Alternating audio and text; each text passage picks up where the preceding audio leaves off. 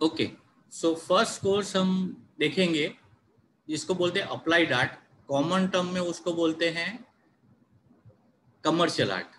और ये 3 टाइप के कोर्स है, एक डिग्री कोर्स है, एक डिप्लोमा कोर्स है और एक सर्टिफिकेट कोर्स है। अभी डिग्री कोर्स का मतलब क्या है, इसको बोलते हैं बीएफए, फुल फॉर्म है उसका बैचलर ऑफ फाइन आर्ट, और उसमें अप्लाइड आर्ट आता है, और ये मुंबई यूनिवर्सिटी का कोर्स है। Okay, degree course is Mumbai university, उसके लिए आपको एचएससी लगेगा एंड प्लस 4 ईयर का वो कोर्स रहता है। उसमें एडमिशन लेना हो तो you required this entrance test, इसको MHACC-CET बोलते हैं। फिर दूसरा कोर्स है जिसको बोलते हैं diploma course, that is 5 year, उसको बोलते हैं 10+1+4। 10+1 का मतलब पहले 10th का रिजल्ट और आपका इंटरमीडिएट ग्रेड के बेसिस पे you have to do foundation, 1 year foundation course and then 4 year specialisation. यानी मैंने जो किया है ना, डिप्लोमा कोर्स किया है, हमारे टाइम डिग्री नहीं था, वी डिड 1+4, ओके, 10+1+4। और ये जो प्राइवेट कोर्स लिखा है दैट इज अगेन कुछ प्राइवेट इंस्टीट्यूट में ये कोर्सेज चलते हैं, जिसको 2 ईयर 3 ईयर ऐसे स्पेशली कोर्सेज है। ओके, तो ये बेसिक कितने टाइप के कोर्स है वो हो गया। अभी हम देखें कि व्हाट इज कमर्शियल आर्ट या अप्लाइड आर्ट, वो किसको बोलते हैं, या उसमें एक्चुअली आप क्या सीखेंगे। तो first is call symbol design, यानी आप कोई भी न्यू कंपनी या न्यू बिजनेस चालू करते हैं तो you required symbol and logo design. Okay, उसके बाद आता है स्टेशनरी डिजाइन, यानी आप कंपनी का विजिटिंग कार्ड बनाएंगे, लेटरेट बनाएंगे, एनवेलप बनाएंगे, that is all is called stationery design. Okay, उसके बाद आपका ऐड करेंगे, एडवर्टाइज करनी है समझो, तो आप न्यूज़पेपर में एडवर्टाइज करते हैं। अगर आपका प्रोडक्ट बहुत हाई क्वालिटी है या आपका बजट अच्छा है तो you will do in magazine. ये सब आपने देखा हुआ है, पर आपको ये एडवर्टाइजिंग के मीडिया बोलते हैं इसको। When I start any new business तो मैं क्या क्या जगह पे एडवर्टाइज कर सकता हूँ। ओके, फिर ब्रोशर है, ब्रोशर यानी आपका कंपनी का कुछ डिटेल्स रहेगा। ओके, वो ब्रोशर में आता है। कैटलॉग का मतलब प्रोडक्ट के बारे में सबसे ज्यादा इंफॉर्मेशन प्रोडक्ट के बारे में रहेगी कि मेरे ये प्रोडक्ट है, उसके ये डायमेंशन है। ओके, ये सब कैटलॉग डिजाइन में आता है। फिर लीफलेट डिजाइन का मतलब हम जो पेम्पलेट बोलते हैं या अपने घर में वो लोग डालते हैं या हमका एग्जीबिशन में जाते हैं तो वो जो हाथ में देते हैं उसको लीफलेट या हम पेम्पलेट बोलते हैं। ये कलर में भी होता है, सिंगल कलर में, जैसा आपका बजट। फिर ये है poster design. Poster design means क्या है, हम जो कुछ दुकान पे आप कोई भी पोस्टर देखेंगे, अभी आप सिगरेट की, पान वाले की दुकान पे जाएंगे तो सिगरेट का भी एड रहता है, पोस्टर चिपकाया रहता है। तो poster is not bigger size, it's a smaller size. ये एडवर्टाइजिंग के मीडिया बोले जाते हैं इसको। फिर ये दूसरे आउटडोर मीडिया बोलते हैं, जैसे हम रोड पे बड़े बड़े बैनर देखते हैं या ऐसे जो एडवर्टाइजिंग के बोर्ड देखते हैं जिसको एक्चुअली बोलते हैं होर्डिंग्स, जो बड़े बड़े एकदम 50 फुट बाय 30 फुट और ऐसे लगे हुए रहते हैं। उसके बाद है बस स्टॉप पैनल। आप हर एक बस स्टॉप पे आजकल एडवर्टाइज देखते हैं, इवन बस के साइड में पीछे भी आप एडवर्टाइज देखते हैं, तो दैट इज कॉल्ड बस पैनल। फिर कियोस्क, कियोस्क का मतलब आप जो लैंप पोस्ट है अपनी रोड पे, उसको दोनों साइड पे आगे पीछे ऐसे दिखता है, इसको कियोस्क बोलते हैं। फिर बुक कवर डिजाइन, यानी आप बुक्स, कोई भी पब्लिकेशन है उसकी बुक रहेगी, एजुकेशनल बुक्स रहेगी उसकी बुक, तो इसका डिजाइनिंग भी हम, ये भी कमर्शियल आर्ट के अंडर में आता है। मैं कमर्शियल आर्ट टर्म यूज कर रहा हूँ क्योंकि आपको कमर्शियल आर्ट टर्म मालूम है, मगर actual term is applied art. Okay, फिर सिनेमा स्लाइड, अभी आप कोई भी थिएटर में जाते हैं तो जो स्लाइड्स आती है शुरू में, that is called cinema slide. तो this are all are media of advertising. मेरा एक नया प्रोडक्ट है, उसको मुझे मार्केट में लॉन्च करना है, मुझे पब्लिसिटी करनी है, उसके लिए जो जो मीडिया है उसको बोलते हैं मीडिया ऑफ एडवर्टाइजिंग। ओके, अभी ये है उसके सब्जेक्ट भी, उसमें स्पेशलाइजेशन सब्जेक्ट आते हैं। यानी after second year you have to select either exhibition display, either you have to select window display.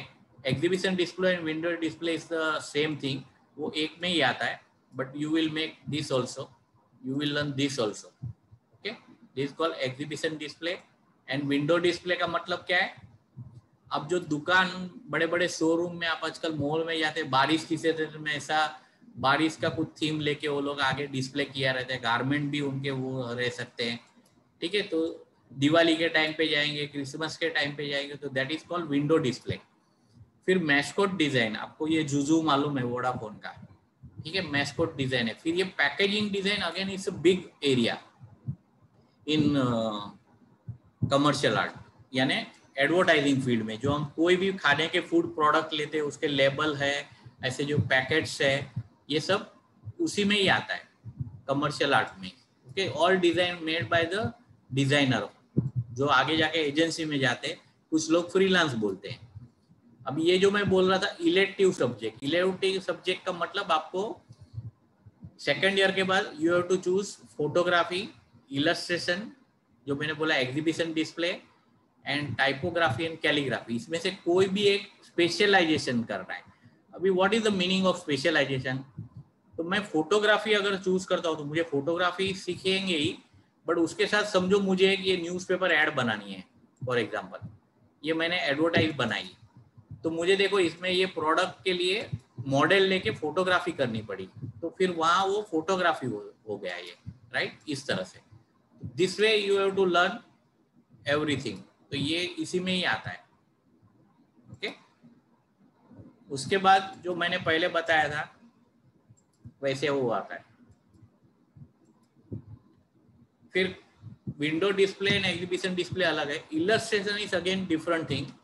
जो आप स्टोरी बोर्ड देखते हैं या कोई भी आजकल ये आती है अपने को अमर चित्र का काम जो पहले बोलते थे, ओके, जो ये ऐसे रहता था, मगर इसमें भी फर्क है। ये स्टोरी बोर्ड बोलते हैं, मगर आपकी जो स्कूल की बुक्स है उसमें कुछ भी बना रहता है, हैंड वर्क, आजकल उसमें भी फोटोग्राफी भी होती है, कंप्यूटराइज इलस्ट्रेशन भी होता है। मगर कंप्यूटराइज इलस्ट्रेशन करने के लिए भी आपको पहले हाथ से ड्राइंग आना चाहिए, तो दिस इज कॉल्ड इलस्ट्रेशन। अभी वो किसके लिए ज्यादा जरूरी है? आप अभी जो भी कोई भी टीवी की एडवर्टाइज देखते हैं आप, ओके, तो टीवी की एडवर्टाइज फॉर एग्जांपल मुझे शाहरुख खान मॉडल लेके बनाना है, ठीक है, और मैं क्लाइंट को अगर मुझे उसका पहले आइडिया देना है कि ये एडवर्टाइज में ये आएगा, ये डायलॉग रहेगा, तो वो मैं शाहरुख खान को लेके शूट नहीं करूंगा।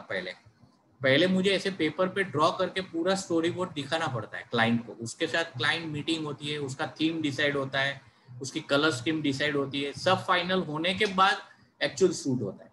तो illustration is so many things covers, okay. तो ये, और कैलीग्राफी एंड टाइपोग्राफी, अभी टाइपोग्राफी बोलेंगे तो आपको खाली फॉन्ट्स अलग अलग क्रिएट करने का सीखना पड़ता है, और कैलीग्राफी सबको मालूम है, बट आपको कुछ नहीं मालूम है, ऐसे भी मैं बोल सकता हूँ। जिसको कैलीग्राफी मालूम है वो खाली A to Z 2-3 letter style करते, that is not only calligraphy, उसको बहुत वास्ट यूज है बाद में एडवर्टाइजिंग में भी, ठीक है।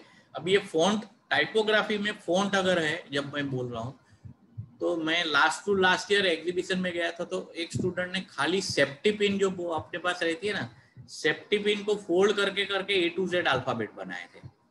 तो उनको फॉन्ट अपने खुद के क्रिएट करने पड़ते हैं, ठीक है। This all comes under commercial art. अभी उसकी जो एंट्रेंस है, इसको बोलते हैं MAHAACCET। तो उसकी पैटर्न क्या है, आपको उसमें 12th तो चाहिए ही, मगर 12th का मार्क कुछ कंसीडर नहीं होता है, आपको खाली 50% एलिजिबिलिटी क्राइटेरिया है। And then we have a 4 paper for entrance. तो एक पिक्टोरियल डिजाइन जो अपन डिजाइन बोलते हैं, जो मैं आगे दिखाऊंगा, फिर एक ऑब्जेक्ट ड्राइंग है, एक मेमोरी ड्राइंग है, ये 3 50-50 मार्क्स के हैं, और एक जनरल नॉलेज अबाउट आर्ट, ये MCQ बेस्ड ऑनलाइन रहता है, और वो 40 मार्क्स का है। तो ये टोटल टेस्ट जो होती है 200 मार्क्स की होती है, ये हो गए 190।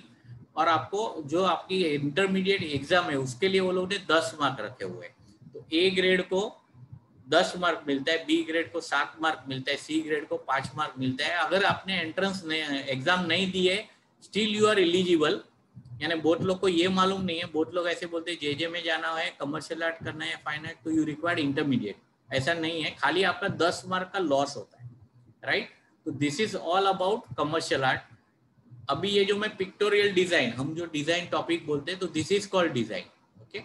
और ये डिजाइन बोलेंगे तो it's not a common design, it's very thematic design. Thematic का मतलब इसमें म्यूजिक एलिमेंट लेके किया हुआ है, और एक फील दी है। म्यूजिक में जो कूलनेस है या कामनेस है वो एलिमेंट लेके वो क्रिएट करना पड़ता है। It's not like a elementary intermediate design.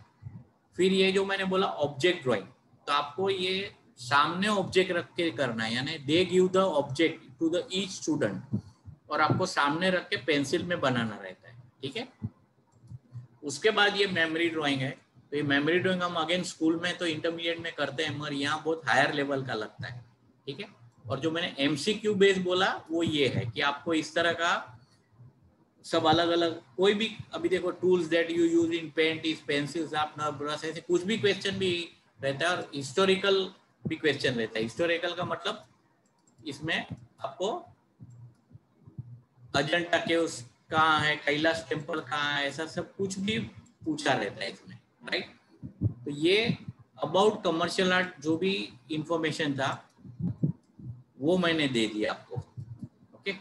तो इसके लिए किसी को कुछ पूछना है क्या कमर्शियल आर्ट के लिए, कि व्हाट इज, इसमें से कोई इंटरेस्टेड है क्या कमर्शियल आर्ट के लिए या अप्लाइड आर्ट के लिए? या मुझे मालूम है इसमें कुछ स्टूडेंट तो कोई फील्ड डिसाइड नहीं किया है, they are just going for to see कि मुझे आर्ट लाइन में लेनी है, मगर क्या क्या फील्ड रहते हैं, then I will choose after 10। मुझे मालूम है इसमें एक जन 8th स्टैंडर्ड का भी है, कोई 9th का भी है, तो वो अभी तो प्लान नहीं, अभी से they can go and you are at right track. में जो लोग 8th और 9th में ये आते हैं ना कला पथ के लिए, उनको मैं बोलता हूँ you are on right track, यानी एटलीस्ट आपने डिसाइड तो किया है कि मुझे आर्ट लाइन लेनी है। नॉर्मली क्या होता है 10th तक भी बच्चे नहीं, 12th तक डिसाइड नहीं कर पाते कि मुझे क्या लेना है, ठीक है। तो this is good thing, okay. तो now we will go again to the next part of this